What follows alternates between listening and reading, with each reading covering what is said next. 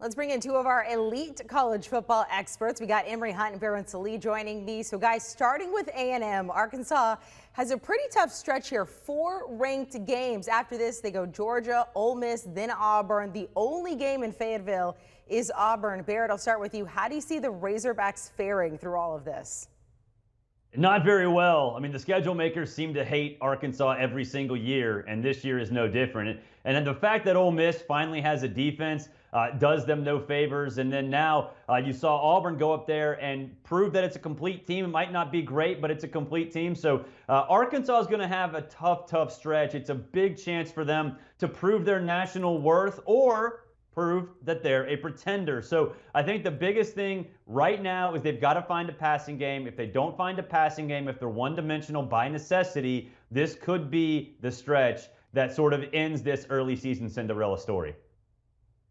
You know, I'm going to quote the Pittsburgh Steelers head coach Omar Epps. You want to keep the main thing the main thing. And yes, I know it's Mike Tomlin, but the joke is there anyway. But I think that is going to help Arkansas in this ball game. The reason why is the fact that they have all those ranked teams coming up, so they can't focus on down the line. They have to focus on the task at hand. If you're Texas A&M, you look at, okay, they got this game, and then maybe there's Alabama coming soon. But for Arkansas, you can't focus on any other game but the game that you're at right now. So I think they can razor sharp focus on this matchup here, and that kind of helps them out moving forward. The next week, they worry about the next opponent.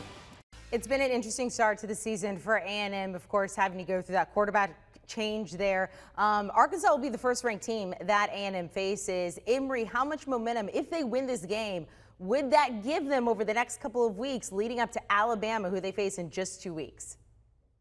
Well, it gives them great momentum because you look at how they handled that Colorado game, and they came back and blew the doors off New Mexico, and now they face a ranked team. So if they can knock out Arkansas, it gives them confidence that they can win any type of game. They can win against teams that they are supposed to be heavily favored against. They can win those tightly contested games like we saw against Colorado. And now they can beat a ranked opponent that's a really good Arkansas football team that poses a little bit of challenge to them on the perimeter. So if they can get past Arkansas, I think they have to be very confident moving on throughout the rest of their schedule.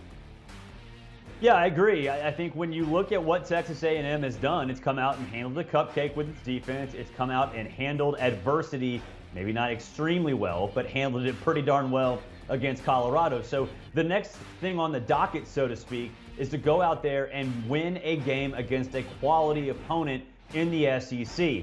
And obviously Arkansas, maybe we didn't think it would be a quality opponent before the season, but from what we've seen in the first 3 games, clearly Arkansas is now. So I think for Texas A&M, you're kind of checking all the boxes, so to speak, in order to become a championship caliber team if you go out there and you handle Arkansas. So it'd be huge. They have to have confidence in themselves. And if they go through this 4-game stretch and accomplish all that they've accomplished, then certainly they'll have a lot of confidence going into that Alabama game in a couple weeks, a game that Jimbo Fisher said in the offseason he's not scared of. And look, that attitude sometimes comes back to bite him, but if a team takes on the attitude of their head coach, they're certainly confident.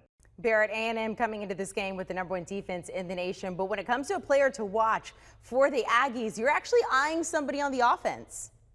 Yeah, Swiss Army knife Ainias Smith. He's awesome as a punt returner, obviously can be a force as a wide receiver, can even use him on the ground, but he got injured against New Mexico last week late in the first half, didn't come back out. And Jimbo Fisher said this week that he's probably going to play. He didn't necessarily specify the extent of his injury or really what it is at all, but Ainias Smith, if he's in the lineup, if he is able to play, then Zach Calzada has a great weapon to take pressure off of that running game. So we still sort of don't know where they are in terms of receivers. Demas had a touchdown last week, his first touchdown of his career. But a guy like Ainias Smith can take the attention of a defensive coordinator and defensive players and drive them crazy. So if he's healthy, look out Arkansas, because this dude's a playmaker. I'm looking at their cornerback, Miles Jones. Getting him back in the lineup is huge because he's someone that's a 6'4" corner, and we know Arkansas, and all the talk will be about Treylon Burks and what he can do as a receiver. So having a guy that's a physical presence out there on the perimeter that can match up one-on-one with their best target I think that helps take away one issue that faces Texas A&M in this ball game, because we know Arkansas will try to test the perimeter out there on that secondary. But if you have someone like Jones that can take away their number one target, or at least keep him entertained for 2.5 hours, that's a win for Texas A&M. So to me, that's the biggest key for them, especially on the defensive side of football. Best pass defense in the nation. All right, when it comes to a player to watch for the Arkansas side, both of you are in agreement here, going with quarterback KJ Jefferson. Emory, we'll start with you. Tell us why. I think he's an integral part to what they do offensively, not only as a quarterback, but also as a run threat. And to me, from a physical standpoint, I have to preface that from a physical standpoint, and how he kind of plays a little bit when the game gets rolling, he reminds me a lot of Steve McNair. He's built like him. He makes plays off script like him. And if he can be consistent throwing the football against this top tier pass defense, but they do have some good options out there on the perimeter, then it's going to elevate his profile moving forward, not just for Arkansas this season, but also as an NFL draft prospect. So for me, how he plays, if he can play that quote unquote moxie game where he's going to have to utilize his legs as well as his arm, this could be a debut game, so to speak, a breakout game for KJ Jefferson. Yeah, he's been up and down this year through the air, and I think that's the big thing for me. We know what Arkansas can do with its multidimensional rushing attack, but Texas A&M's defense is fast, it's physical, and it's disciplined. So KJ is going to have to find a way to stretch out Texas A&M's defense through the air, and like we talked about, that's extremely difficult based on the way they played through the first 3 games. So if KJ can't stretch the field, Jimbo Fisher said that KJ does hit chunk plays through the air, except you look at the stats and he really doesn't. So they have to find a way to change that. They have to find a way to hit those 20-yard, 30-yard passes, because if that happens, then Arkansas' strength, its running game, will have a much easier time. But what happened against Texas will not work unless KJ becomes a better passer through the air. Guys, let's get your picks here, and let's start with the spread. So this game is not in Fayetteville. It is not in College Station. It is the AT&T Stadium in Arlington, Texas. I've been to this game before. As a Sooner, I did not love it, but I will tell you, even though College Station's a little bit closer, Arkansas travels really well. A&M is the favorite here by 5.5. When it comes to that number, Barrett, what is your pick? I'm going to lay those points. I'm going to grab the Aggies because, if you're telling me that a touchdown wins my bet, then I'm 100% on board. I do think it's going to be a hard-fought, physical, old-school style game because both of these teams are built to win the battle at the line of scrimmage. So because of that, I don't think you're going to see a lot of scoring because let's be honest, both of these teams are kind of one-dimensional at this point. So I'll take the Aggies. I'll lay those points. I think it's going to be a close game. I think it's going to be a fun game. It's going to be old school. But if I win my bet with a touchdown victory for the Aggies, then I'll take that every day of the week. Emory, do you agree? Would you lay at the 5.5 there with the Aggies? No, I'm like Jerry Jones. I'm a little bit of a gambler. So I'm going to go and take Arkansas in the points. And the reason why, I think we're going to be in store for a back and forth game. And when you think about Arkansas having that schedule that we talked about earlier, they're going to focus all in on Texas A&M and give them everything that they have. We're going to see them open up the playbook a little bit more so.